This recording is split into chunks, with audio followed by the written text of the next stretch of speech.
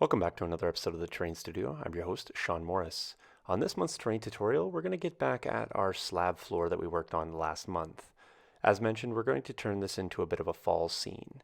To start this off, what we're going to do is we're going to be coming in with some grays, and we're going to do a series of modulations just to set that sort of cold stone look. The very first color that we're going to add, and we're going to do this in the airbrush booth, is the anthracite gray from Vallejo. I'm going to be using a series of gray paints. I'm going to be doing most of the painting off camera just because it's a lot easier in the airbrush booth, but I will bring it back to show you each stage of the color. We're going to start by taking the Vallejo color here and getting into the recesses. We're really going to kind of darken down the lines and sort of set the shadow in between the stones. Once we've had a chance to do that, we're going to come back and add a series of progressive grays as we progress towards a lighter color. The rest of the tutorial we're going to be coming in and adding a lot of the terrestrial elements and finally finishing it off with a series of pigment powders. The process is quite easy, and as I said, I'm going to speed through the painting process, but we'll spend a little bit more time when we're adding the scenery elements.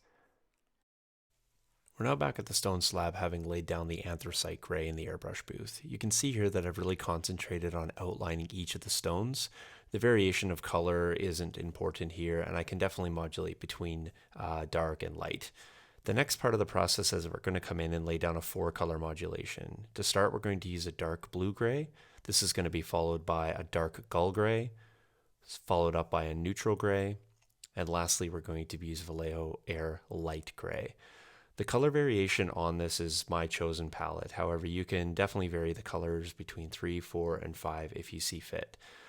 The real point is that you want to make sure that the stones are detailed enough that if any one portion shines through the subsequent layers, that it looks and has the feel of a stone. Putting down one color palette without either highlighting or accenting the lines really is going to make it look sort of monotone, and we want to avoid that. The color modulation is going to be laid down using the stone patterns, progressively spreading the color from the outside in. Ultimately, we're going to highlight up the center of the stones. If you choose to come back and revisit and highlight layers later, that's certainly feasible. You're going to see here as I revisit each of the colors, the variation in that, and you're going to notice the progressive lightening of the stones as we move forward. We're now back at the slab, having laid down the first dark blue-gray layer. You can see in the pattern of stones that we definitely have a variation that's added in here. This is achieved by keeping the airflow consistent and varying the volume of paint shot through the airbrush. I don't concentrate on making anything overly random, nor am I trying to concentrate on making anything overly uniform. I just simply go by feel and spray the stone until it starts to get some sort of variety or variation in the look. We'll continue to do this with each subsequent color as we move through the process. So we've moved on now to adding the dark gull gray, and you can really see the stones are starting to pop, and we're getting some definite variation and some highlights here. You can see a couple hot spots on some of the stones, and those will be subtly taken care of as we move through the progressive ink layers and adding some of the other elements in for the terrain. I also wanted to talk a little bit about what I was using to put this down. Here I'm using the Soltar 2020 from Badger. I really like this airbrush. It's one of the ones that I use primarily for a lot of the detail work. I really like the control I get it with the brush. On the brush itself, as I said, I'm using constant airflow maybe around 15 to 20 psi, and I've really controlled the trigger action. You can see that I have almost no pull on the paint. I keep it here just because I feel I get a lot more control and I'm able to go in and detail each of the stones out. You can also see that I'm able to put those little hot spots in here and there. Those hot spots are controlled, and I make sure that I use them sparingly. However, they do give me a nice concentration, and I don't bleed it over between two stones, and I really isolate the hot spots to each stone. Adding the variation in here, just like in the previous couple steps, I'm just not working on making any sort of set randomness, nor am I trying to be too uniform.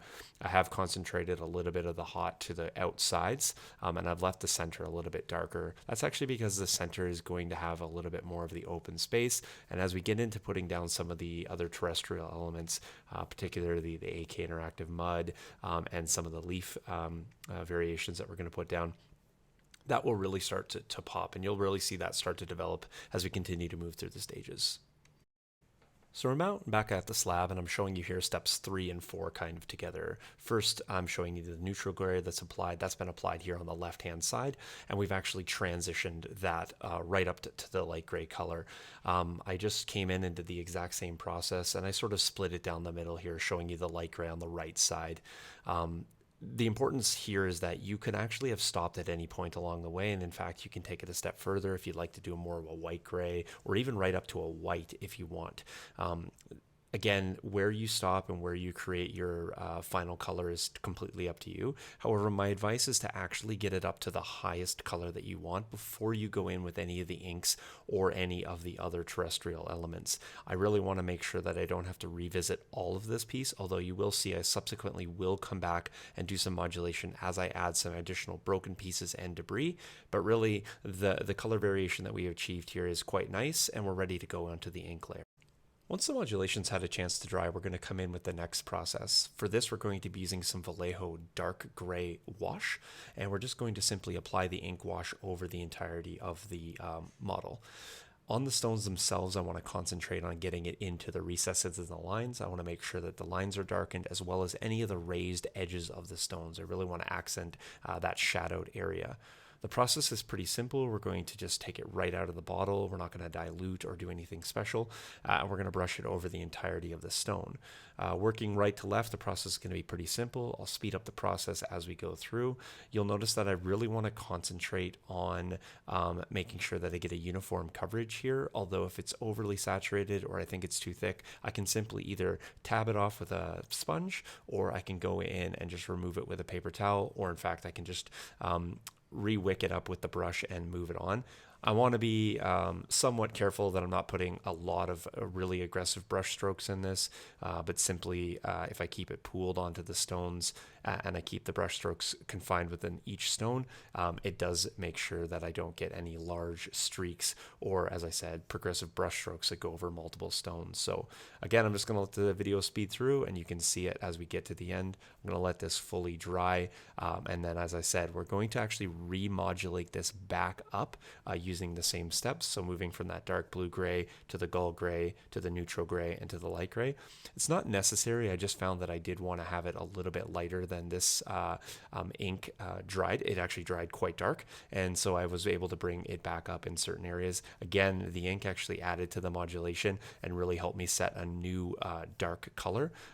Again, that process is entirely up to you, so please use this as the guide that I followed. However, if you want to change anything, lighter, darker, that's completely up to you. I think the base colors allow you to do that, and certainly you can mix in any other grays that you see fit. All right, so now back with the piece, and you can see here that I've actually remodulated it up, but it's a considerably darker tone than before. That dark gray from Vallejo really did a number on this, and you can really see that we got some deep cold stone look to that, which is great, specifically because of the finish that we're going for here. In addition to that, we're now going to start laying in some of the more terrestrial elements, and for that, we're going to be using some paste. Now, the paste I'm laying down has a really nice texture to it, really rich texture, as well as a nice color. I'm actually going to be changing the color, but I really wanted to capture the texture. So the product's made by AK Interactive, and it's in their terrain, their diorama series, and it's called Muddy Ground. You're going to see here when I open up the container, it's got a really, like I said, really cool color as well as a neat texture, and it actually has some grit in it. And you can see here, I'm just sort of showing you how viscous it is. It just sticks on that sculpting tool with no problem. What we're going to do here is we're going to take an old brush and we're going to start just putting down globs all over the piece.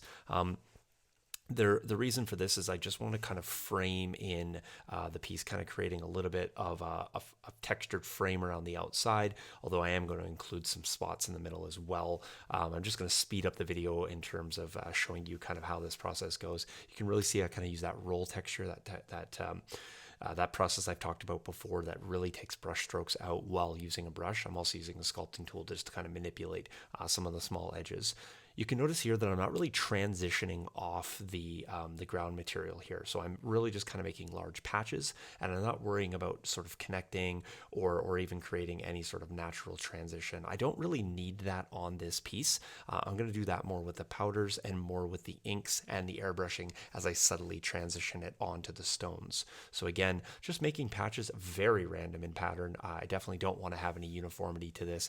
And if you had any other elements, like maybe three-dimensional elements, maybe a pillar or more structured ruins, you could certainly use those to kind of create your natural spots. I don't really have that on here, and so what I'm doing is I'm just kind of creating some random islands of terrain, and I'm really just going to use this for demonstration purposes. As I said, I don't really have any artifacts to sort of work around. This stuff here doesn't take a long time to dry, and it actually will stay sort of elastic in nature. As I was letting this dry, I decided that I wanted to include some stones just to have some effects. So you won't see me put those down, but you will see those in the next process, and they're just going to be pink foam, and then I'm going to go back and repaint those and talk about those. So you can see here the foam elements that I talked about adding in the previous step. For this, I just used the same foam squares that we had used for the base, and I've just tore them into small random chunks to add a little bit of debris and a little bit of character to the top level here. It's important that I work them in while the AK Interactive mud is still wet. It just allows me to use it as an adhesive, and it really allows me to set it into the mud layer so they don't look like they're floating on top. In addition, I wanted to add a little bit more of a breakup or debris transition. So we have the textured mud, we have the large stones, but I needed to have sort of a transitional element to go or add the look between the two. So for this, I've just chose to use some small various stones. These I've just collected and sifted from other sand piles that I have found or added over the years. And here I'm just basically sprinkling them in and around the cut stones. And for this, I want to actually keep it just into the mud for the same reason that I mentioned before. I want to be able to kind of press it in and really work in the rocks, or in this case, broken pieces of cobble into the mud. I don't want to have a lot of this out onto the actual flat texture. That just doesn't look as natural. It would probably sell the image a little bit better if I had some more 3D, maybe perhaps a broken archway or a wall. But as you can see here, I'm just, again, keeping this very flat so that you guys are able to pick up and see all the visuals and focus in on the technique as opposed to the aesthetics of this particular piece. So it's really easy here. I'm just pressing it in. No need for additional adhesive. Just pressing it into the mud. It has dried a little bit, and that's important because as I'm pressing it in, I don't have a lot of it sticking to my fingers, and I don't have a lot of displacement, and it's not really getting the stones really muddy. It doesn't matter if they do. As I said, I'm going to come in and modulate this out. I don't want to use the ground surface here as only a mud texture. In fact, I actually want to use it as one more additional layer of broke or smashed stone.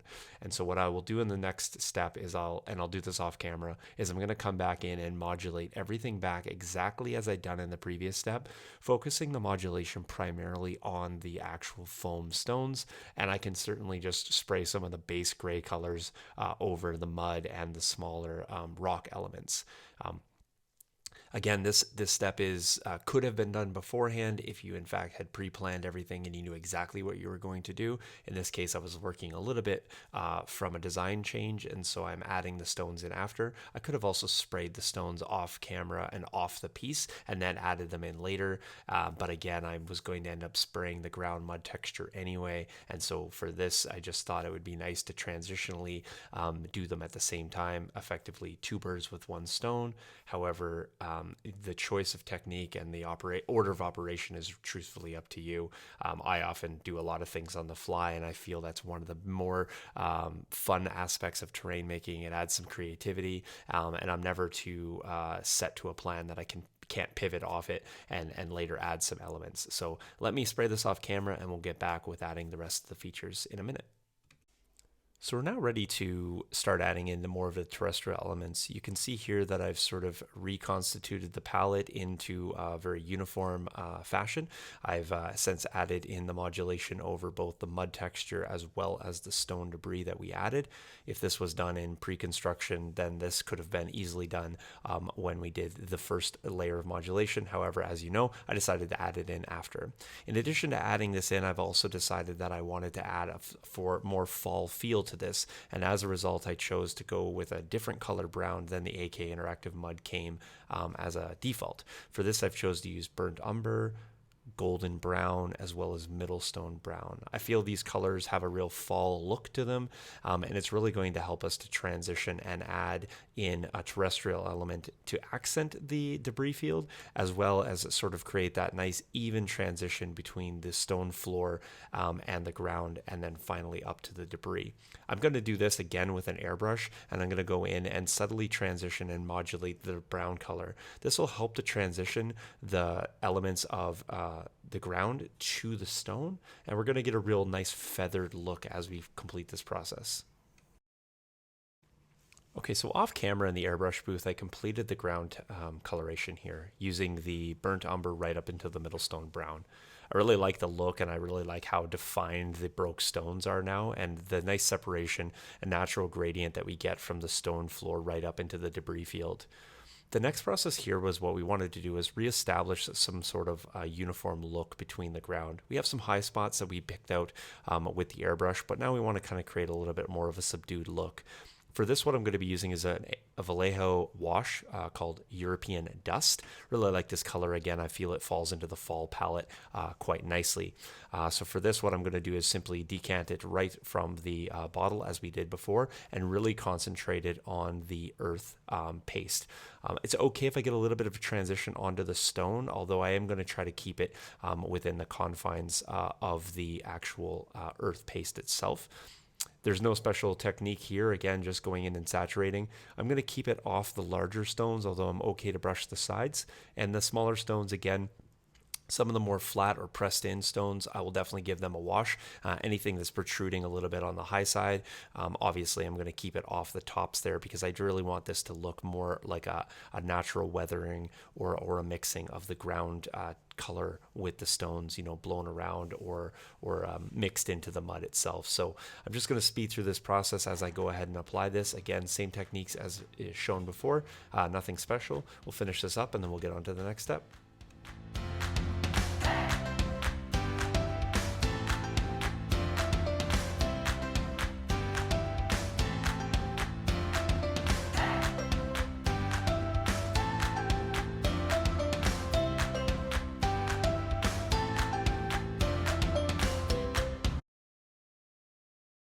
So now we're down to what I really refer to as the fun parts of the project. I want to introduce a couple of products here just so that I can highlight and define what I'm using. First and foremost, I'm using from Scenic Express here the Leaf Litter. It's a really cool product and a really good website if you're looking for a lot of terrain elements in one place. Go check them out. The next element I'm using is from Green Stuff World, and this is the Leaf Litter. This is more of a leaf texture. The other one is a bit more of a detritus layer. It has some flakes in it, some sticks, and some little bit of rubber pieces that are made to look like kind of like broken bark. In addition to that, I'm going to be using a host of Vallejo pigment powders, and for this I'm also going to be using some pigment fixer. I have a range of colors here, and I'll just pop them up on the screen so you guys can see them. I don't end up using all four. I actually only end up using 3. There's actually 2 that are the same color, and I just mix them. To lock all this in place, I'm using Scenic Cement. Again, Woodland Scenic's product, but available from Scenic Express or a variety of local hobby shops. This is one of my go-to elements, go-to products. I use it all the time, and I highly recommend picking it up. It's so versatile, and it works for a ton of features. So what we're going to do first is we're going to end up basically giving a saturation to all the areas that we want to have the leaf litter. What I'm going to do primarily is focus in first and foremost on the ground elements, and then I'm actually going to transition it out into the open areas. But really what I want to do is I want to establish more of a natural flaking there, and I'll actually saturate that after. To lock it all in after I get the base layer down, I'm going to actually use my syringe and place that over and sort of just keep saturating. In the end, this will basically look like a white conglomeration of glue. It's going to go over all the stones and it's really going to lock everything in. I'm going to give that several hours to dry. You can speed it up with a hairdryer if you like.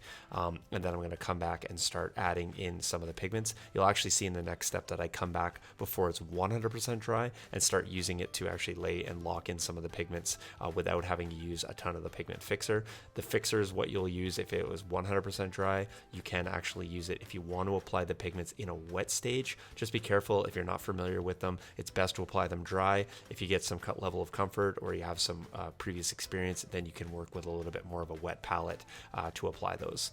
So here is what I'm going to do. I'm just going to go in and start saturating out all of the ground elements. I'm not going to concentrate too much on top of the stones, although I will give them a little bit of a spritz because some of the leaf and detritus will actually settle on there, and I want to achieve that look. So I'm going to speed up the video again and just let you kind of follow along the process. At the end, I'll kind of explain what exactly I'm going to do in the next layer, but it's a pretty straightforward process. Again, use your flavor, use your imagination, to each his own on this step. You can't apply too little or too much if you are the ultimate decider of this. As you can see, I really go ham with this, and I really like a fall look, and I think if leaves and detritus are going to blow around old and broken stones, there's going to be a large accumulation. This is not a well-kept area, and you'll see in the final product that it is pretty messy. All right, so now we're back with the final stage, and we're going to really finish up this project and give it a kind of a final once-over and tie all the elements together. So you can see here now that we've had an opportunity to let this scenic cement dry, we really have the leaf colors starting to pop. You can see the undertones of the detritus. You can see some of that earth color still poking through, and then obviously we still have the debris and the base stone layer all there. So I'm just showing you a little bit of pigment fixer here. If you want to apply the pigment fixer into the cracks or crevices when it's a dry piece, then that's actually going to help you lock and solidify that in here. However, this is not 100% dry down in the crevices, and in fact, I'm going to be able to pull some of that scenic cement back up and actually spread some of this pigment around. I got a host of brushes here, some flat, some sort of stiffer brushes, and then one really small one. I don't end up needing that for this particular application, but you'll see that I use a variety of techniques to put the pigment down. So here I'm just grabbing the flat stone, or the flat brush rather, and I'm going to start pressing that into the stone crevices. Again, my choice of where it's placed is really truthfully random, but I wanted to add some of the dark elements into some of the open pieces. I'm also jamming it in between some of the leaves. The accumulation or the amount that I have is also going to vary. So you can see some places I've been a little bit more generous with it. Other spots I'm just sort of not dipping it back into the pigment and just sort of trailing off whatever I have left on the brush. And you're going to see that I'm starting to get some variation in terms of the density and the coloration. This is just my base application. I'm actually going to go move it around a little bit more with the next brush. This is starting to get a little saturated though, so I want to swap out brushes so that I don't move around any of the wet pigment. I just want to try to pull and move it around with a more dry brush. So you can see here, just jamming it in and accenting some of the dark recesses between the stones, bringing it up onto some of the stone elements as well. And it's a little bit wet, and you can sort of tell that in the pigment. As I said, if you're not familiar with this, this stage could get messy pretty quickly. So if you feel less comfort or you are new to the process, working with dry pigments is a heck of a lot easier than it is working with wet, although I think the effect is really sharp with the wet pigment coupled with some dry, which you're going to see here as I progress through. So using more of a stippling technique as opposed to a brushing technique. Brushing is going to make it a little bit more messy. Stippling is going to jam it down in there, and specifically where I'm trying to concentrate on the recesses, it does help me jam the pigment in there a lot easier. Do have a piece of paper towel under here, and I'm just using that to quickly dry the brushes up and switch between pigments. So again, just going to switch back here to the wet brush temporarily as I seen that I wanted to move a little bit more pigment around. When we do transition over the next pigment, you're going to notice because I've moved this wet pigment around on the surface, I can't go ahead and just straight up jam in another color, because if I do, it's actually going to start blending and mixing the color together. I actually want to have two distinct colors with the pigment. So you'll notice when I switch over to, I believe it is a natural sienna, I actually use more of a flicking technique to just sort of deposit the powder down in and amongst the current dark, I think it's raw umber what I put down first, or burnt umber rather, and so you'll just see there's two distinct techniques here, and I wanted to point that out just in case you didn't catch that in the application process. Just allow the pigment process to catch up. So you can see here that I'm actually just feathering with this tapping technique out over the top, and you're going to see immediately the transition of that dark color to the leaf. So if you pay really close attention to that, you should see that happening real time as I really change the look. Now notice I'm not blending any of that together. I'm just simply diluting the dark color with the light, and you can see that it's falling into the same sort of path and pattern. And so hopefully that's quite evident there. Now what I'm doing is anywhere there's a buildup or a block of the pigment, because it does actually bind to itself, I'm going in and just lightly tamping that out, being really careful not to move around any of the previous applied dark color. Really happy with how this turned out, and you can really see that the transition between all of the elements is really starting to happen here. As I mentioned before, in the very, very early stages, we were going to lose a lot of that natural stone that we put down. However, everywhere that that's peeking through, we have that nice modulation, we have that stone look, and I'm really happy with how that turned out. I will transition over to the third color here at some point, and I'm going to use that even more sparingly. I highlight some of the protruding stones and just really pick those out. So I'm going to let the video run through to the end, and then you guys will get a sense of where we get in the finished product, and then I'll have some still shots at the end to really accent and show you guys up close and basically the end product, what we achieved. So hopefully you guys really enjoyed this process. I enjoyed it a lot. I was happy to string this over the course of a few tutorials for you. Hopefully you guys are able to use some, if not all, of these elements. And as always, I'm going to continue on this piece, and in a few months time what we'll do is we'll come back and we'll winterize this one. I really like the progression of taking the pieces through all the seasons and really showing you how to repurpose and add to other terrains. So stay tuned, folks, and I will catch you in next month's tutorial. Cheers.